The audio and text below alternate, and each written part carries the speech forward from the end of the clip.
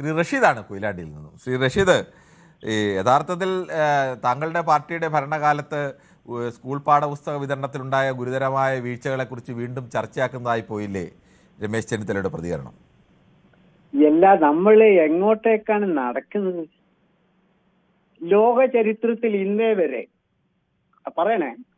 ലോക ചരിത്രത്തിൽ ഇന്നേ വരെ കേട്ടുകേൾവിയില്ലാത്ത ഒരു സംഗതി.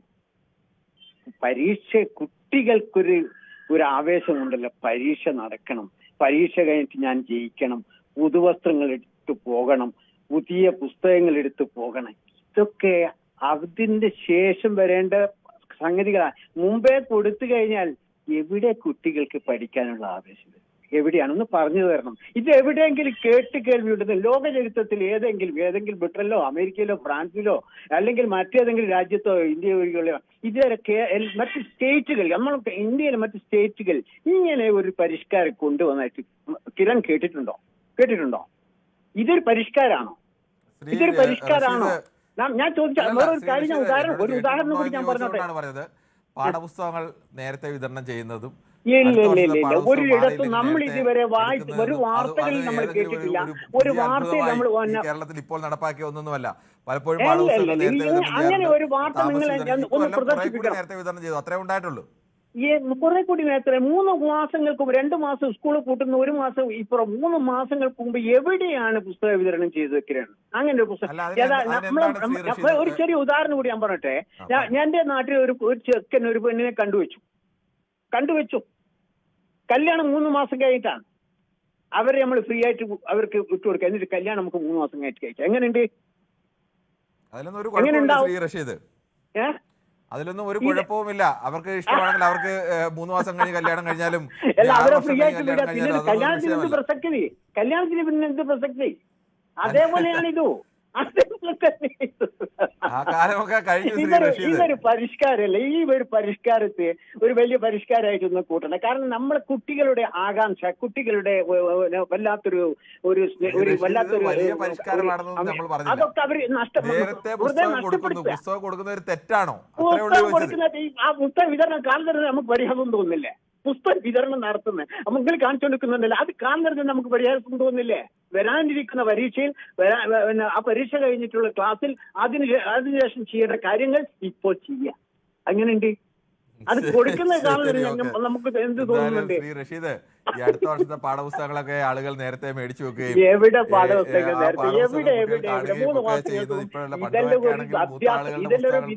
ഇതൊരു അഭ്യാസം എന്നായി പറയാം. മൂത്താളിന്റെ പുസ്തകം അല്ലെങ്കിൽ അയലത്തെ തൊട്ട് മുകൾ കാഴ്ച കുട്ടികളുടെ പുസ്തകമൊക്കെ വാങ്ങി വെക്കുകയും അങ്ങനെ വലിയ സംഗതികൾ കിടക്കുന്നുണ്ട് കിരൺ. അതെല്ലാം പഴയ കാലത്ത് നമ്മളൊക്കെ എങ്ങനെയാണ്? അടുത്ത വീട്ടിലെ 2ാം ക്ലാസ്സിലുള്ള കുട്ടിയാണെങ്കിൽ 1ാം ക്ലാസ് നമ്മൾ ചേർക്കുന്ന അവിടെ നിന്ന് വാങ്ങും. കാരണം വാങ്ങാൻ അന്ന് കാശില്ലായിരുന്നു. അങ്ങനെ ഒരു കാലഘട്ടം കഴിഞ്ഞു പോയിട്ടുണ്ട് നമുക്ക്. 5ാം ക്ലാസ്സിൽ നമ്മൾ ജയിച്ചാൽ 4ാം ക്ലാസ്സിൽ കുട്ടികളെ പുസ്തകം വാങ്ങിയിട്ട് നമ്മൾ സ്കൂളിൽ പോയിട്ടുണ്ട്. സിനു ആണ്, കാഞ്ഞിരപ്പള്ളിയിൽ നിന്നാണ്. ശ്രീ സിനു, താങ്കൾക്ക് എന്ത് തോന്നുന്നു? ഈ നേരത്തെ പുസ്തകം കൊടുത്തതും ഒരു തെറ്റായി പോയോ? സാറേ, ഇതിപ്പം നമസ്കാരം, പറഞ്ഞോളൂ. സാറേ, ഇതിപ്പോ ഇവർക്ക് എന്തെങ്കിലും ഒരു കാരണം ഇവരെ നോക്കിയിരിക്കുക. ഇത് തെറ്റോ ശരിയോ എന്നൊന്നുമില്ല. സർക്കാരിനെ നേരം വെളുക്കുമ്പോൾ എന്തെങ്കിലും ഒരു കാരണം പറഞ്ഞ് കുറ്റം പറയാൻ. ഇവിടെ UDFന്റെ ഭരണകാലമാണ് ഇവരിപ്പം നടക്കുന്നതെന്നാണ് പ്രതിപക്ഷ നേതാവിന്റെ ഒരു ധാരണ. അതുകൊണ്ടാണ് അദ്ദേഹം പറഞ്ഞത് 10ാം ക്ലാസ്സുകളിലെ പുസ്തകം ഈ ഫെബ്രുവരി മാസത്തിൽ കൊടുക്കുന്നു. സാറേ, ഇവിടെ വിഴിക്കത്തോടെന്ന് പറഞ്ഞൊരു സ്ഥലമുണ്ട് കാഞ്ഞിരപ്പള്ളി പഞ്ചായത്തില്.